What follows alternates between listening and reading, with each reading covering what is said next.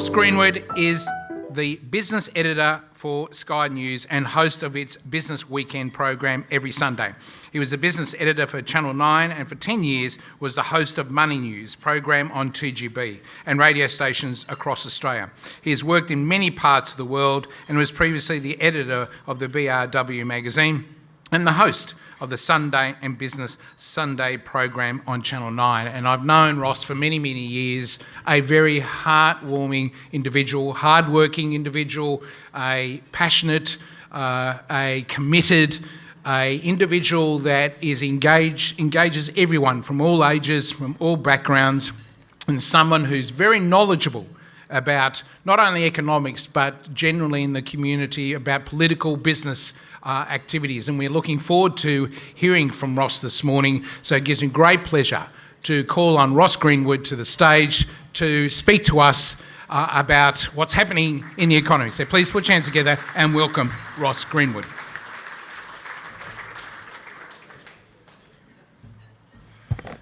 Thank you, Paul, and to thank you to also Joseph and Salim for having me here today. It's always great to come to the Australian Lebanese Chamber of Commerce. Many people commented on the table when the introduction was being done. They looked at me and said, "Well, that's not you," and that's pretty obvious as well. It sounded like a very, very pious, very sort of, shall I say, upstanding sort of person, which is not me at all, as any of you who have met we will know. I'm going to talk to you about the economy today, but the one thing is, have a look at where we are. Here we are, we're actually here together today in Sydney in this magnificent place, multi-million dollar properties all around us. And of course, everybody knows how tough it is right now, right? We are astonishing whingers in this country. We're getting as bad as the Brits. The Brits, their economy, they've got a reason to whinge. We don't really have a reason to whinge right now. The fact of the matter is that we've got more prosperity than just about any country in the world. We can afford most things that we wish to. Our country has a budget surplus. We have less government debt than just about anywhere in the world, and yet we have a crisis. We have a cost of living crisis. So as you're tucking into your breakfast, just consider the cost of living crisis, because if you're in crisis, that meal will be lasting you for 2 days. That's a crisis, right? So where has the crisis come from? Well, the crisis has come from people who, due to their own actions, took out significant mortgages without the expectation that maybe those interest rates might go up, right? Now, I don't know about you, but I think people should be responsible for their own behaviour and their own decisions. And if you make a mistake, well, don't expect somebody else to bail you out. Don't look at the government and say, what are you going to do about it? Government, when they actually get that sort of feedback from all of their surveys that they do, because they are also survey driven these days, go, it must be somebody else's fault. So let's have a supermarket inquiry, right? So the supermarket inquiry is artifice. It's not real, right? The fact of the matter is we have enough competition here. It's a good thing to have an inquiry into industry every now and again to work out what happened. You know exactly what happened in the airline industry is that Alan Joyce took aircraft seats out of the air to basically manufacture yield, to make it higher, to make airfares more expensive, to run his planes as full as he possibly could. Great business if you get away with it. If you don't get away with it, not such good business. Same as supermarkets, right? The fact of the matter is if you can keep your yield up, you're not making that much margin anyway on it if you have a look at it. So the great sort of thing to compare with, if you're looking at businesses right now, is the return on capital employed. So the return on capital employed is the ultimate goal. If you're running a tech company, return on capital employed is probably 80% or something of that nature. You're running a supermarket, you're lucky to get 12. You're running a bank, you'll get 14. Right? If you run right now JB Hi-Fi, you're getting 45. Not a bad business. If you're running most of the Wesfarmers businesses, Kmart, it'll probably get you about 35. But if you're running a supermarket, you're lucky to get 12. So the fact of the matter is, are they price gouging? Well, they should be, because they should be trying to get their return on their capital up, right? As a shareholder, that's what you should be demanding. But the fact of the matter is, when politicians need someone to blame, not themselves, of course, because they couldn't possibly be responsible for A, encouraging wages to be higher, that you as business people will all have to pay, and to encourage real wages to be higher, in other words, wages to be higher than inflation, which the government has actively encouraged time and again. Well, it can't be my fault that inflation's going up. If I'm encouraging wages to rise, it must be somebody else's fault. Let's have an inquiry into the supermarkets. So it's simple as that. Don't look here, look there. Politicians, past masters at that, I'm sitting with a table full of them, they recognise this. They've done it all themselves, right? But, you don't blame anybody on this. So Australia's economy right now, what are we actually like? Well, we're actually in pretty good shape, but we're not necessarily as good as we could be. So here, what I want you to show is the absolute key. The Reserve Bank here in Australia gets blamed for lots of things, but it looks like the so-called soft landing that they were looking for is what we're going to get here in Australia for our economy. So no hard landing into a hard recession, which was the great fear with the unemployment rate going sky high, and therefore real cost of living crisis. That's when you have a cost of living crisis. When people can get jobs and can get paid, there is no crisis. There is a lack of comfort because your mortgage rates have gone up. There is no crisis. Crisis is when people are out of work, people cannot actually find work, and then what happens is house prices collapse. When house prices collapse and nobody wants to buy them, then you've got a genuine economic crisis as well as a crisis in your community. So the trick for central banks around the world was to try and get their interest rates, their cash rate, up higher than their inflation rate as quickly as they possibly could. So that way they would suppress demand. Now originally, much of the inflation was due, as the government continues to say, the Treasurer would say this if he were here, as a result of Ukraine, as a result of trade routes being blocked, all these types of things, that caused the inflation. And it did initially. But as time's gone on, and particularly here in Australia, the inflation is now being caused by our own economy. In other words, call it the supermarkets, call it your own business, call it whatever. If you have an ability to put your prices up and you don't right now, you are nuts. Because that's what your business should be doing. Now, the fact is, does that mean you're gouging? Well, not if you've got competition, because competition will keep your prices down, settled to a point at which you can still make reasonable money. But it becomes harder if you're in the building industry, of course, and many of you are. It makes it much, much more difficult to actually maintain that margin when a lot of your costs are actually rising much faster than you can raise your prices. So here is what we see. Australia, compare it though with the United States. So the United States went harder because their central bank, the Federal Reserve, believed in the inflation story sooner than Australia's Reserve Bank did. Australia thought it was all going to go away, the Reserve Bank, so they made a misjudgment there. And eventually what happened is they had to play catch up. Partly because interest rates are going around other parts of the world, going up much higher than our interest rates were, drove down our dollar, which is why our dollar is as low as it is right now. The reason why it's as low as it is now is because our interest rates, if you can see that, are lower than most other parts of the world. Under normal circumstances, we have a current account surplus, we have a trade surplus, we have a budget in surplus, we've had commodity prices now starting to come off, been higher in the past. Our dollar would have been $1, but it's not because of these interest rates in particular. So that's one of the things to note.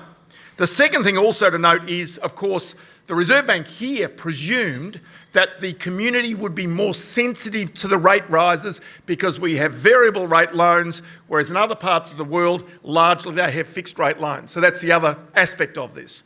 But what I talked about earlier was the so-called cost of living crisis. Australians are way more resilient than what people presumed they would be.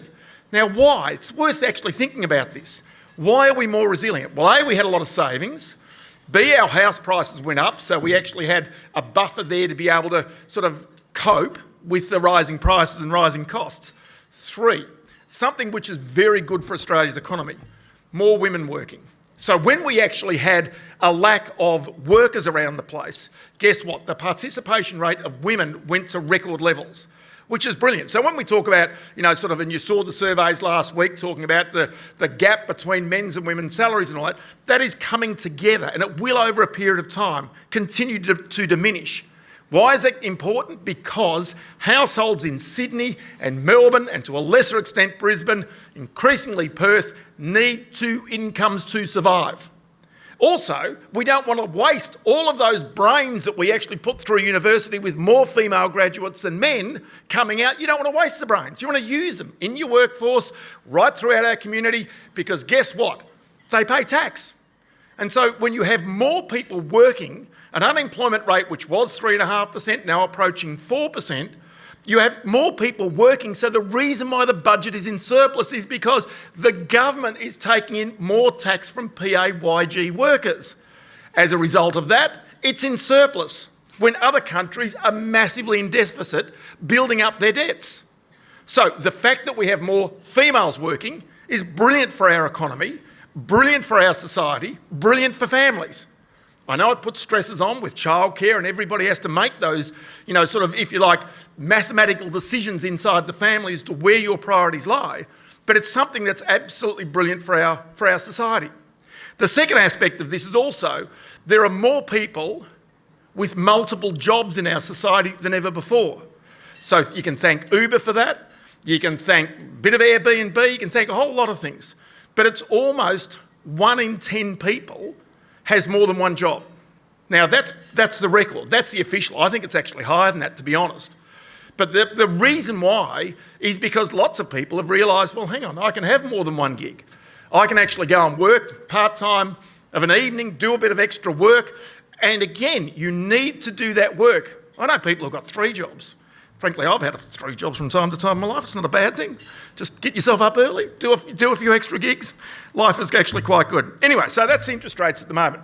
Let's just move forward and I'll show you a few other things. Australia is one of only 9 countries in the world that has AAA credit ratings from all 3 of the credit ratings agencies. Have a look who's not there. The UK is not there, the United States is not there, Japan is not there, Australia's there though. So this is where you start to realise that Australia is a highly prosperous country. And our economy, to be honest, is pretty well run. Now, there are sort of issues in our economy now that have real issues and real problems. Productivity is one of those. In other words, we're working. I don't know whether you feel this yourself, but we work, and you go, we've got all this technology. We should be more productive. Why is it that we're all working so hard, but we're keeping less? Okay? And the reason is because, frankly, you're doing half the work of the government most of the time. If you're in a job, right, and you've got a business, what do? You collect tax for the government, you collect superannuation for the government, you've got all the HR laws you've got to do for the government, you've got all the risk and health and safety stuff you've got to do for the government. What else do? You collect other stamp duties and taxes for the government. You're doing mostly the government's work. And you realise you're up at 11 o'clock at night going, why am I working this hard? Why am I not keeping more of my money? And you suddenly realise it's because you're doing all the government's work, right? As well as true on your own. So Australia, though, we're in great shape. So the one thing that is going to hold back Australia over a period of time is not the national debt. The federal debt is fine. It's not a problem. In fact, remember they went to the election, the Labor government, with the $1 trillion debt. $1 trillion debt. Kept saying it. It was never $1 trillion. It was never going to be $1 trillion. Might have been forecast out there. Where's the net debt at the moment? Just over 500 billion. It's not big in the whole scheme of things. It's manageable. You might sit there and think, wow, it's a lot of debt. Sort of remember Peter Costello basically had 0. Well, yeah, but, a little bit of debt basically in the economy is not such a bad thing. If interest rates start to come down, it's actually going to be a positive for the budget as well. So that's an interesting thing. Then we go to economic growth. So the numbers for economic growth come out tomorrow, and you can see they're easing off. The one tomorrow is going to be pretty soft. It was always expected to be soft. Some I noticed, I think Lucy Ellis, who's a former economist for the Reserve Bank, now chief economist at Westpac, I think even is forecasting it'll be 0 for the December quarter. It could be, depends on what happens. Apparently what happens, a lot of your businesses at the moment are running down inventories, big time. And you understand that because when interest rates are high, you want to keep your inventories as low as you possibly can. So Johnny McGarley with J&J Metro West, not so much stock out the back, mate. Just make certain you actually sort of put it up front when you're about to sell it. So the thing here is that Australia's economy will slow with these interest rates, but my sense is that it will bounce back pretty quickly. And the reason is because consumer demand will bounce back as soon as you get these interest rate cuts kicking in at some stage over the next 12 months or so, or 9 months, whatever it might be. And the reason is that, remember, Australia's economy is different to most others. 50% of the government's revenue comes from those PAYG taxpayers. That's the reason why the tax cuts was such an important political move for the government. Now, did it make actually sense for the country to do this? Not necessarily, and the reason for that was because to bring out that 37 cents on the dollar tax rate and allow a person from basically 40,000 to 200,000 have a second job, work as hard as they like, work a bit of overtime, whatever, was really smart. And remember, this was the third tranche of these tax cuts, not the first or second, which went to low and middle income earners. This was the one that was supposed to be the genuine bit of tax reform by Josh Frydenberg. Well, it's now not going to happen because the government decided to spread it out a bit more broadly. That's their prerogative. They can do that, of course. Smart politics, smart long-term business decision from the Australian government's point of view. I'm not so sure. It doesn't make us more competitive, more productive. Anyway, so Australia's economy is still hanging in there. There is no recession like people might have thought. Now, the key is that one, is the unemployment rate. So the unemployment rate here, by basically hanging in there around this 4% mark, and it is tipped to actually go a little higher, maybe out to 4.25%, maybe to 4.5%. But remember that the higher the unemployment rate goes, the lower the interest rates go as fast as possible. Because in the past, while the Reserve Bank always looked at just inflation as its measure of when it should press the interest rate trigger, it now, under the new mandate created by the Treasurer, by Jim Chalmers, must also consider the employment rate. And so therefore, if Australia's economy starts to falter in any way, from an inflationary point of view or an employment point of view, the Reserve Bank is going to be pulling back interest rates very quickly. And there'll be enormous pressure on them from the community and also from the government to do so as well. So this is the key. But the great thing is Australians have got jobs. And while Australians have got jobs, they cope, they manage. It's good. It's a good thing for all of us. It's a good thing for your business. And I know it's been tough to get workers in some cases in the past, but the fact of the matter is as this unemployment rate starts to rise, the pressure should come off labour supply and should come off wages as well. So that should be a handbrake on the inflation rate. Next one is inflation. Let's have a quick look at that. And you can see the consumer price index has come down. So they say 2 to 3%. The reality is this might take longer than what you anticipate. And the reason is because, frankly, let's be honest, you're all out there spending. Regardless of what happens with the economy, not too many of you actually put on the brakes too hard. Not in this room, at least anyway. Now, maybe somewhere out on the perimeters of our major capital cities, they have. But the fact is, at the moment, you look at the bank's bad and doubtful debts, you don't see signs of stress. There are no bad and doubtful debts coming. So then you go out and you have a look at, say, a place where you will see some bad and doubtful debts is if you go to the energy companies, Origin Energy, AGL, they've got more customers in distress. So there are pockets where it is starting to bite. But while people have got jobs, generally they will survive this. So consumer price index is one. Now, of course, as you may be aware, this was always done on a quarterly basis, now done on a monthly basis as well. So we're looking here at the monthly basis. And so really it's the monthly basis, just to be technical for a moment, the monthly one doesn't do the same thing and doesn't measure the same thing, particularly in services, as the quarterly index does. And so the quarterly index is actually the more accurate measure of inflation. But the problem is it doesn't come out quickly enough. And so they've done this monthly survey to have a quick look at that. So there is the monthly CPI, and you can see that even in the last little while, tends to start to, sort of just ease off just that little bit on a monthly basis. All right, now, I want to show you this. This is the reason why your interest rates might not come down as quickly as you imagine. Now, for the gents in the room, these are handbags. For the women in the room, these are gold. So this is a company I want to tell you about. It's the only company I'm going to talk about today. And this is to prove to you that there is money in our society. This company, in the past 18 months, 2 years, is the hottest stock on the Australian stock market. Now, Satire. Anybody shop with Satire? Anybody? Come on, be honest. Stick your hand up if you shopped at Satire. Gentleman has, thank you very much. Is it you or is it your wife?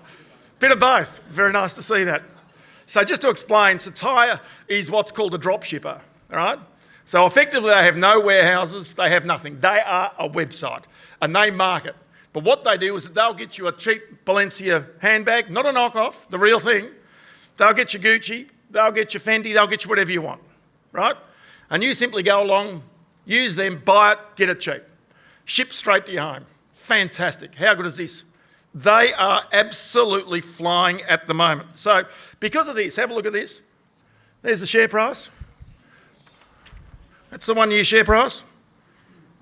We should have done this last year, shouldn't we? I should have told you about this last year. Anyway, never mind. I've told you about it now. I think the boss sold $160 million worth of shares yesterday. That's a little good sign that he thinks the share price is okay. They've been great. Now, this is the example of not only the way in which Australia can create global businesses at scale here using technology, but the second thing also is it shows that there is deep veins of money in our society.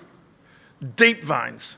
You get a high-end real estate, a lot of you, obviously in the market for that, you know what the competition is like. You know what the competition is like for all real estate.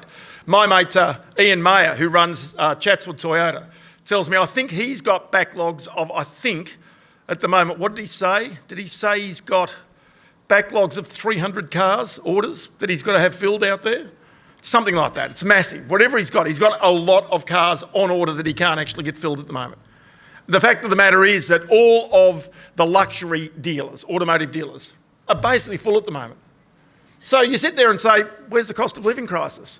If Satai can do this, if there is demand for high-end luxury goods, why is it that all of the luxury goods makers have come to Sydney? Just walk down King Street at any point in time and just have a look and just ask yourself the question when you're standing there, how do they all survive? Why are they here?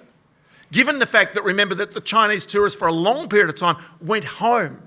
They are not the market because the market changed subtly during COVID and post-COVID when property prices went nuts. It was Australians that were queuing up outside those luxury goods stores, and you were standing there looking at them going, why are they standing in a queue to go and get themselves into Hermes, for God's sakes?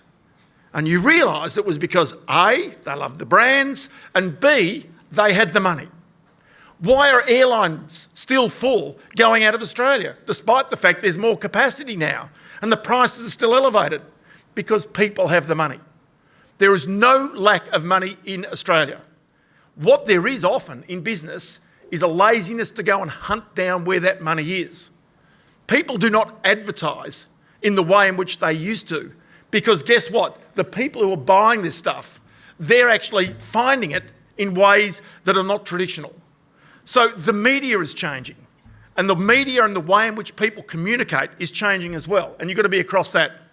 Finally, I'm going to leave you with this, and this is our new Governor of the Reserve Bank, who's doing a good job, by the way. She's actually started really well. Her communication's been great. Michelle Bullock has been really quite upfront about all this. And she just says, the remaining inflation challenge we are dealing with is increasingly homegrown and demand-driven.